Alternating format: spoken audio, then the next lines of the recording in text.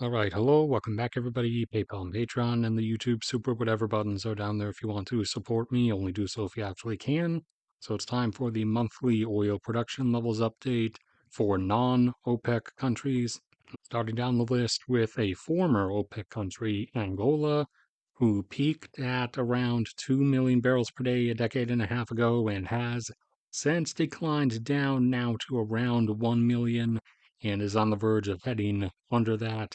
This time they came in at 1.04. Azerbaijan peaked back around that same time at around 1.1 million and has since declined down to the mid 500,000s now, coming in this time at 559,000 barrels per day.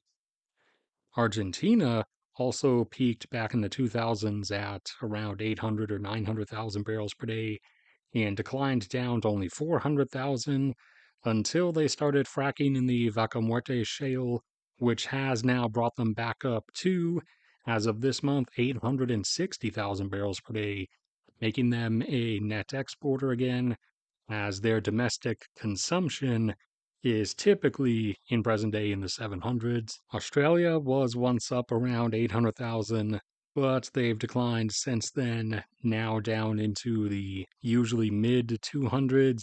This time they fell a bit below that range, even at 233.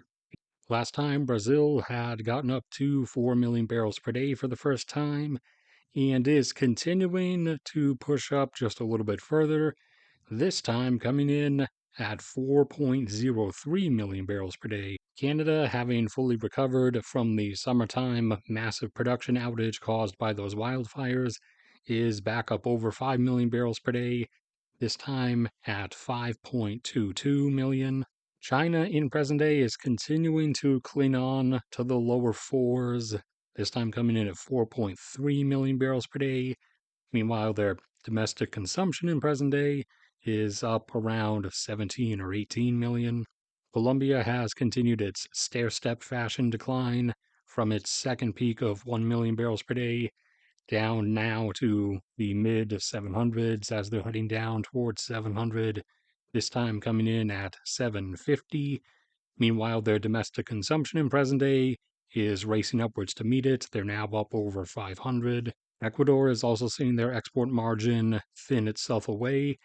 They have declined down now to around or usually below 470, and their domestic consumption has now gotten up into the lower 300s. Egypt was once up close to a million, but has declined down now to around 500,000. And this time in particular, it came in at 501.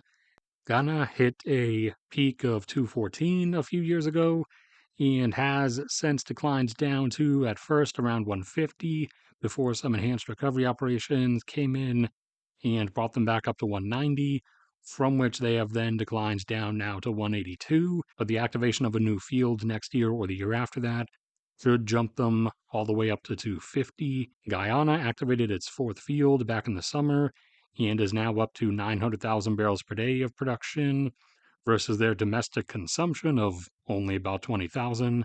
And with everything that has already been planned and approved, they will get up to a peak of at least 1.7 by around 2030 or a year or two after.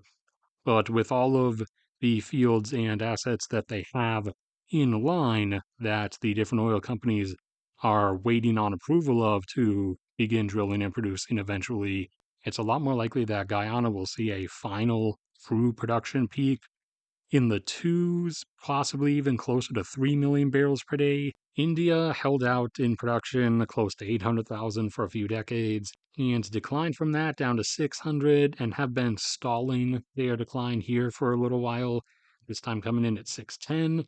Meanwhile, their domestic oil consumption, their own oil demand, is just about at 6 million barrels per day. Indonesia was once a decent producer. They held a production plateau of about 1.5 million for several decades, but they reached the end of their ability to maintain that and have since declined down to around 600, this time coming in at 596. Meanwhile, their own domestic oil consumption levels in present day are now up in the lower 2 millions, usually around 2.1 or 2.2. Kazakhstan, after dropping back down to 2 million last time, has come back up a little bit to 2.07 million barrels per day. Malaysia, having declined previously down into the 400s, has brought some enhanced recovery stuff online that has taken them back up to the lower 500s, this time actually coming in at 542. Mexico still holding off in the upper ones, coming in at 1.74 million barrels per day, about halfway down from their peak in the mid or upper threes. And with what they have discovered and slated to come online offshore over the next few years, it should be just enough and at just enough of a pace to continue keeping them wobbling around here in the upper ones for a little bit.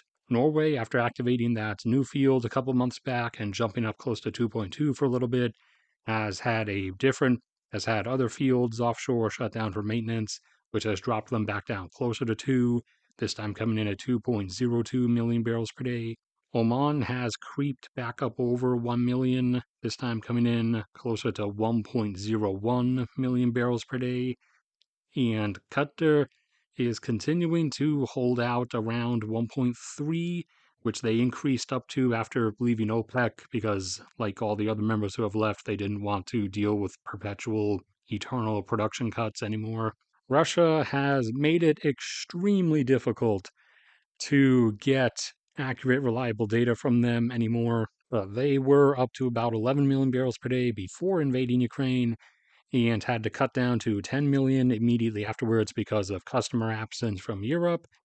And since then, have seen the gradual degradation of their production capabilities after the Western and other outside oil industries left in the wake of that invasion. And as they've gradually been cut off from more and more outside equipment that they relied on, and some of the few facilities producing domestically made stuff have been getting struck by drone strikes recently. So things continued in a downward spiral. They got down to around 8.7 or 8.6, although although they incessantly claimed that they stopped at exactly 9 and never went below that, and even recently started claiming that they've been increasing their production again, even though that makes no logical sense as they've lost export capacity because of damage to terminals and other things, and even organizations they're part of, like the OPEC Plus group, have called them out on that. At the moment, with the most recent drops, especially due to terminal outages off and on, they are most likely right around, but probably still just above 8.5 million barrels per day. Turkmenistan continuing to hold off at around 190, continuing to report at 191. In reality, the number is probably fluctuating around by a few thousand each month, but their export margin has grown very thin as their domestic oil consumption in present day is up to about 170,000. Thailand held a plateau in the mid 200s for a while, but has declined down now to around the mid 100s, this time coming in at 164. The UK, long fallen from its North Sea production heights and lacking the much further expanse of territory to work with like Norway has declined all the way down to now around 700 to 600,000. This time in particular, coming in down at 537, as some fields are shut down for maintenance at the moment. The US, having reached the end of its shale driven production growth, has now entered a cycle of declining until a large field off in its Gulf waters or back up home in Alaska comes online, then resulting in a sudden upward jump in production, from which a decline then immediately resumes. And we've seen this happen 3 times over the past year or so thus far. And it just happened again a few weeks ago with another one jumping the US up to 13.8, from which it has resumed declining and seems to be losing about 15,000 barrels per day of production each week, which, if you run out that math, that's 4 weeks in a month, gives you about 60,000. For benefit of the doubt, you can round that down to 50 times 12 is about 600,000 then over a whole year, which would give a annual decline rate, if that remained consistent, of about 5% or so. And Vietnam held a plateau in the mid 300s for a few decades, but reached the end of their ability to maintain that and have been on their way downwards. Now down around 170, this time at 173,000. Meanwhile, their own oil demand is closing in on 800,000 barrels per day, and they can't really do any additional offshore oil and gas exploration since China keeps doing that thing of building artificial islands in the middle of the South China Sea, even close to Vietnam, then immediately claiming that everything 200 kilometers in any direction from that artificial island thusly belongs to China. So Vietnam is geopolitically constrained from any further oil and gas development, essentially, with the small exception of offshore of the very southern edge of Vietnam. But that's it for this one. So thank you everybody for sticking around and listening. Like if you enjoyed, subscribe if you haven't already. PayPal and Patreon and YouTube Super whatever buttons are down there. If you want to support me, only do so if you actually can. There's a link to a Google Drive in the description where you can get free access to these graphs and all kinds of other graphs. There's a link in the top pinned comment to my cat's YouTube channel. May God bless and protect all of you, and I will see you all around next time.